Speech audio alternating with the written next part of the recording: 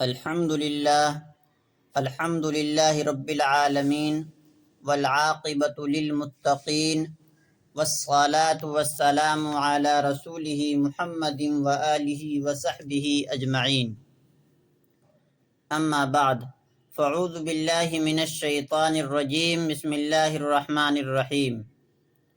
شہر رمضان الذی انزل فیہ القرآن، صدق اللہ العظیم۔ اللہم صلی علی محمد وعلی آل محمد کما صلیت علی ابراہیم وعلی آل ابراہیم انک حمید مجید۔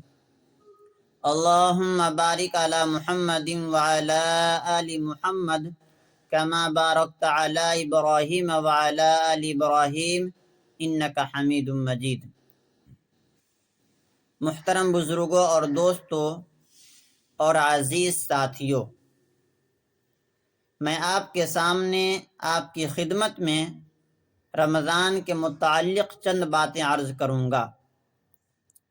میرے عزیز دوستو، رمضان المبارک کے فضائل مختلف عنوانات سے آپ سنتے رہتے ہیں۔ اکثر و بیشتر پورے ملک میں رمضان سے متعلق بیانات ہوتے رہتے ہیں۔ وہی باتیں جو آپ نے پہلے سنی ہیں، ان کو میں ایک نئی ترتیب سے پیش کرنا چاہتا ہوں۔ اس سے آپ کو اندازہ ہوگا کہ رمضان المبارک کا یہ مہینہ در حقیقت مغفرت اور بخشش کا مہینہ ہے۔ میرے عزیز دوستو، انسان اور شیطان کا مقابلہ۔ جب اللہ رب العزت نے آدم علیہ السلام کو پیدا کیا تو فرشتوں کو حکم دیا کہ اسجدوا لآدم، آدم علیہ السلام کو سجدہ کرو۔ فسجدوا الا ابلیس، سب نے سجدہ کیا سوائے ابلیس کے۔ ابا واستکبر وکان من الکافرین، اس نے انکار کیا، تکبر کیا اور وہ کافروں میں سے ہو گیا۔ اللہ رب العزت نے جب اس سے پوچھا تمہیں سجدہ کرنے سے کس چیز نے روکا، تو اس نے جواب میں کہا میں آدم علیہ السلام سے زیادہ بہتر ہوں، مجھے آپ نے آگ سے پیدا کیا اور اسے آپ نے مٹی سے پیدا کیا۔ اللہ رب العزت کو اس بات پر جلال آیا، اس سے فرمایا کہ تو نکل جا، بے شک تو مردود ہے۔ جب شیطان کو اللہ رب العزت نے اپنے دربار سے دھتکار دیا تو تکبر حسد کی وجہ سے آدم علیہ السلام پر شیطان کو بہت غصہ آیا۔ کہنے لگا کہ میں آدم علیہ السلام اور ان کی اولاد کو بہکاؤں گا، ورغلاؤں گا۔ ان میں سے اکثر کو شکر گزار نہ پائیں گے۔ مگر اس سرکشی کے باوجود اس نے ایک مہلت مانگی کہ مجھے قیامت تک کے لیے مہلت دے دیجیے۔ اللہ رب العزت نے فرمایا کہ میں نے تمہیں مہلت عطا کر دی۔ جب مہلت مل گئی تو اس نے قسم کھائی، کہنے لگا اللہ مجھے آپ کی عزت کی قسم۔ جب اس نے قسم کھا کر یہ بات کہی کہ اس وقت تک اللہ رب العزت کی رحمت کو بھی جوش آ گیا۔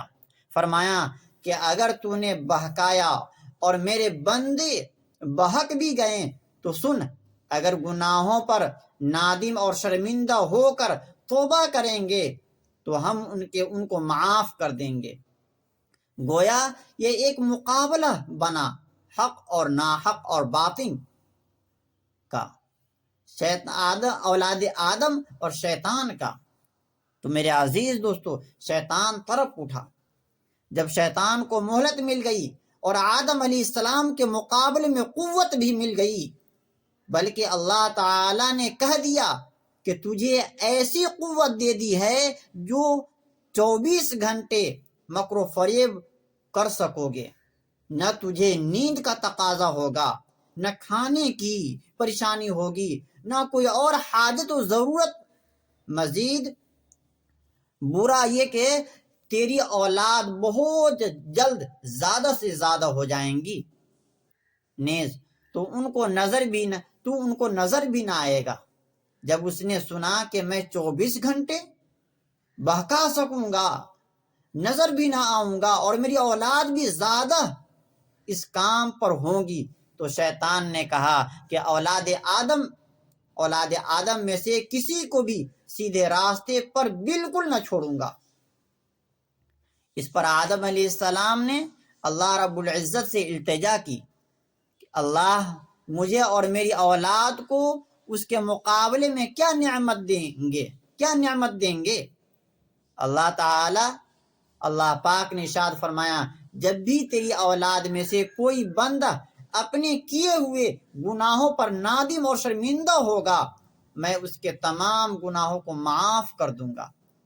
یہ ایک ایسی بات تھی جس سے شیطان تڑپ اٹھا، اس طرح سالوں کی میری محنت ضائع ہو جائے گی۔ میرے عزیز دوست، تو آپ ذرا غور کیجئے، تعوذ میں ذاتی نام کیوں؟ یہ بات سمجھ لیجئے کہ اللہ تعالیٰ کو شیطان سے ذاتی عداوت ہے۔ جس بندے سے ذاتی دشمنی ہوتی ہے، بندہ ذاتی دشمنی کی وجہ سے اس کو برداشت نہیں کرتا۔ اللہ تعالیٰ کو ذاتی دشمنی کیوں؟ اس لیے کہ یہ غدار ہے، اس نے اللہ رب العزت کے سامنے تکبر کیا۔ لیکن سوال ہوتا ہے کہ ذاتی عداوت پر کوئی دلیل بھی تو ہونی چاہیے۔ تو علماء نے اس کی دلیل بھی دی ہے کہ دیکھیے، اللہ رب العزت نے تسمیہ میں یعنی بسم اللہ الرحمن الرحیم میں ذاتی نام کے ساتھ صفاتی نام بھی استعمال فرمایا۔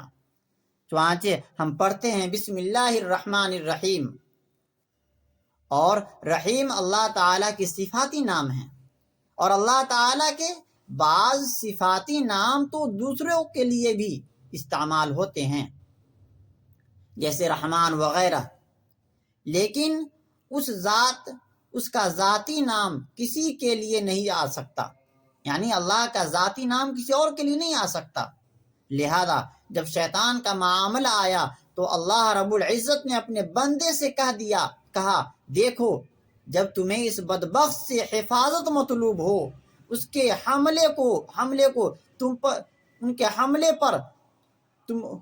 حملے تم پر ہو رہے ہو، تو تم مجھ سے پناہ مانگو، میرے ذاتی نام کے ساتھ پناہ مانگو۔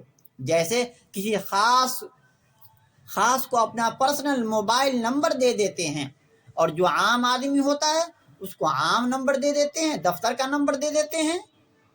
تو جس کو خاص اور ذاتی نمبر دیا جاتا ہے، اس سے مخصوص اور ذاتی کنٹیکٹ ہوتا ہے۔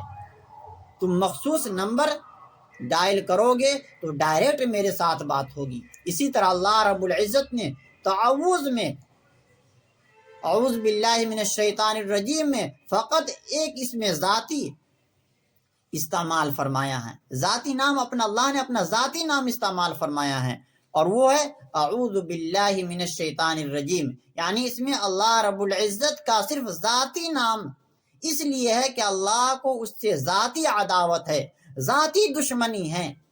لہذا ذاتی نام کے ساتھ جب بندہ پکارے گا تو اللہ فرمائے گا، میرے بندے تو نے مجھے میرا ذاتی نام لے کر پکارا، میں اپنے ذاتی نام سے تم کو محفوظ کر دوں گا۔ میرے عزیز دوستو، آپ ذرا غور کیجئے کہ شیطان سے بچنے کے لیے اللہ نے جو شخص انسان گناہ میں ملوث ہو جاتا ہے اور اللہ سے پناہ مانگتا ہے اللہ کے ذاتی نام کے ساتھ، یعنی اعوذ باللہ من الشیطان الرجیم کے ساتھ، تو اللہ پاک خوش ہو کر کہتے ہیں کہ ہم اس سے تمہیں آزاد کر دیں گے، بچا لیں گے۔ میرے عزیز دوستو، شیطان کو پیدا کرنے کی حکمت، یہاں ایک طالب علمانہ سوال ہے کہ جب اللہ تعالیٰ کو ذاتی عداوت ہے تو شیطان کو پیدا ہی نہ کرتے؟ شیطان کو بنانے کا کیا فائدہ؟ خواہ مخواہ بندہ کو ورغلاتا ہے اور اللہ کا نافرمان بناتا ہے، خود تو بدبخت بنا ہی اولاد آدم کے بھی پیچھے پڑا ہوا ہے، تو اس کے پیدا کرنے میں کیا فائدہ ہے، کیا حکمت ہے؟ اللہ پاک نے اس میں بھی فائدہ دکھلا دیا ہے، حکمت دکھا دیے ہیں۔ اللہ جزائے خیر دے علماء کرام کو کہ قدم قدم پہ انہوں نے رہنمائی فرمائی۔ آپ اس کو ایک مثال سے سمجھ لیجئے جس ماں کا بیٹا بگڑ جاتا ہے تو ماں اپنے بیٹے پر الزام رکھنے کے بجائے پہلے اس کے دوست پر الزام رکھتی ہے کہ فلاں اس کا دوست ہے، اس کی صحبت اچھی نہیں، اس نے اس کو بگاڑا ہے، خراب کیا ہے، ورنہ میرا بیٹا تو بہت اچھا ہے۔ برے کام کی نیت تو اس کی نہیں تھی، برے کام کی اس کی نیت تو نہیں تھی، مگر فلاں کے ساتھ رہنے کی وجہ سے کر گزرا، تو محبت کی بنا پر کہنے لگتی ہے کہ فلاں بہت بدبخت، بہت شقی ہے، اس نے میرے بیٹے کو خراب کر دیا ہے۔ تو میرا عزیز دوستو، تو میرا بیٹا تو ایسا نہیں تھا۔ اسی طرح بیوی کو خاوند سے محبت ہوتی ہے، لیکن جب خاوند کی شرارتوں سے تنگ ہوتی ہے تو اس وقت بھی تذکرہ کرتے ہوئے خاوند کو بچاتی ہے کہ وہ بندہ دل کا بڑا اچھا ہے، بس اس کے دوست گلے پڑ گئے، اس نے اس کو برباد کیا ہوا ہے۔ دیکھیے، اس نے خاوند کو بچا لیا اور سارا بوجھ اس کے دوست کے سر ڈال دیا۔ یہاں بھی معاملہ ایسا ہی ہے کہ دنیا میں جب بھی بندہ کوئی گناہ کرتا ہے تو اللہ رب العزت کو چونکہ بندے کے ساتھ محبت ہے، ایمان والوں سے اللہ تعالیٰ کو ذاتی محبت ہے اور شیطان سے ذاتی عداوت ہے، اس کے باوجود جب بھی کوئی مومن شیطان کے پنجے میں آ کر کوئی گناہ کرتا ہے تو اللہ تعالیٰ اس بندے کے بجائے سارا بوجھ شیطان کے سر پر ڈال دیتے ہیں۔ مثلا سنیے قرآن کریم میں اللہ پاک کیا کہتے ہیں کہ شیطان کے سر انسان جو گناہ کرتا ہے، میں اس گناہ کو شیطان کے سر ڈال دیتا ہوں، یہ شیطان کے بہکاوے میں آ کر بیٹھا ہے۔ میرا عزیز، تو حالانکہ بھولے تو آدم علیہ السلام تھے، بھولنے کو تو شیطان کی طرف منسوب کر دیا، شیطان نے ان دونوں کو بہکا دیا۔ تو جب یعنی آدم علیہ السلام اور حضرت حوا کو جنت کا دانہ آدم علیہ السلام اور حوا نے کھایا، جب تذکرہ کیا تو شیطان کی طرف نسبت کر دی کہ اگر شیطان نہ ہوتا اور ہم اپنی نفسیات کی وجہ سے گناہ کرتے تو پھر مجرم بھی ہمیشہ کے لیے ہم ہی بن جاتے اور ہماری طرف ہی نسبت ہوتی رہتی۔ لیکن اللہ تعالیٰ نے ایمان والوں کے لیے آسانی کر دی کہ جب بھی ہم سے غلطی ہوگی تو اللہ تعالیٰ نے شیطان کے سر ڈال کر مومن کے بخشش کے بہانے بنا دیے اور بچانے کی شکل نکال دی کہ ہمارا بندہ کسی طریقے سے جہنم سے بچ کر جنت والا بن جائے، وہ توبہ استغفار کر لے، میں اسے معاف کر دوں گا۔ تو میرے عزیز دوستو، ہم سب رمضان کا مہینہ آ رہا ہے، اس میں اللہ نے شیطان کو قید کر دے گا۔ تو میرے عزیز دوستو، ہم اور آپ گناہ سے بچ جائیں گے۔ اللہ پاک ہمیں بھی اور آپ کو بھی گناہ سے بچائے۔ وما علینا الا البلاغ۔